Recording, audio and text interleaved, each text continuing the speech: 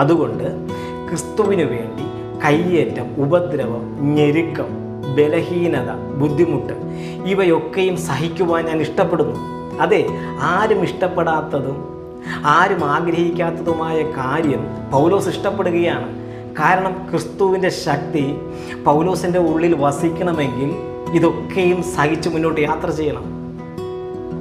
പ്രാർത്ഥനയ്ക്ക് ആഗ്രഹിച്ച ഉത്തരം ലഭിക്കാതെ വരുമ്പോൾ പലരും ദൈവത്തോട് പരിഭവങ്ങൾ പറയുന്നവരാണ്. അതെ, പക്ഷേ ഇവിടെ പൗലോസ് പറയുന്നു, എൻ്റെ ബലഹീനതകളിൽ ഞാൻ പ്രശംസിക്കും. ക്രിസ്തുവിൻ്റെ ശക്തി എന്നിൽ ആവസിക്കേണ്ടതിന് ഇതൊക്കെ ഞാൻ സഹിക്കും.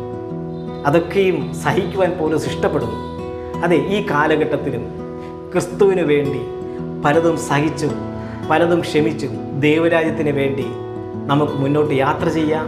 ദൈവം സഹായിക്കട്ടെ. God bless you.